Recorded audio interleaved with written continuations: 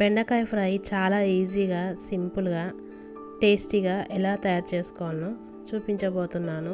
ఈ కర్రీ చపాతీలోకి కానీ రైస్లోకి కానీ చాలా బాగుంటుంది. టేస్ట్ కూడా అదిరిపోతుంది ఇలా నేను చెప్పినట్టు వండుకుంటే.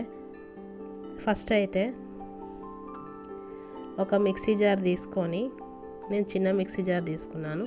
అందులో సరిపడా పచ్చిమిర్చి వేసుకోవాలి కట్ చేసుకొని. తర్వాత పొట్టు తీసిన అల్లం వెల్లుల్లి వేసుకోవాలి.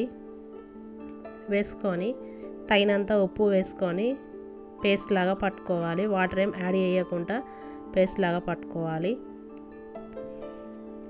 ఇలా పేస్ట్ లాగా పట్టుకున్నాక ఈ మిర్చి పేస్ట్ని పక్కన పెట్టేసుకొని ఆయిల్ హీట్ అయ్యాక జీలకర్ర వేసుకోవాలి. జీలకర్ర చిటపట్లాడాలి.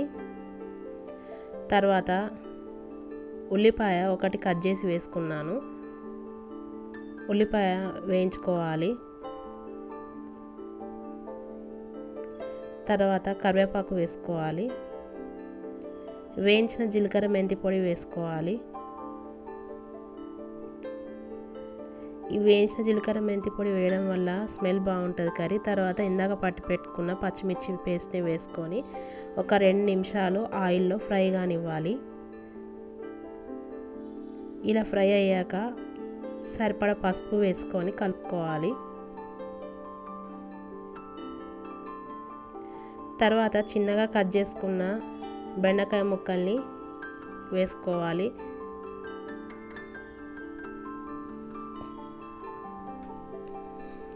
వేసుకొని పోపు అంతా పట్టేట్టుగా కలుపుకోవాలి.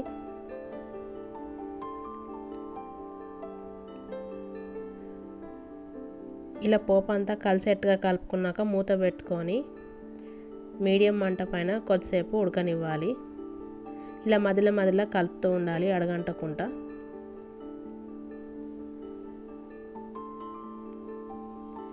ఇలా పూర్తిగా మగ్గిపోయాక వేయించిన ధనియాల పొడి వేసుకొని కలుపుకొని ఒక 2 నిమిషాలు చిన్న మంట పైన ఉడికించుకొని స్టవ్ ఆఫ్ చేసేస్తే సరిపోతుంది. అంతే, ఎంతో సింపుల్గా బెండకాయ కర్రీ ఇలా వండారంటే చాలా తొందరగా టేస్టీగా కూడా ఉంటుంది. లంచ్ బాక్స్లోకి కానీ చపాతీలోకి కానీ చాలా బాగుంటుంది కర్రీ.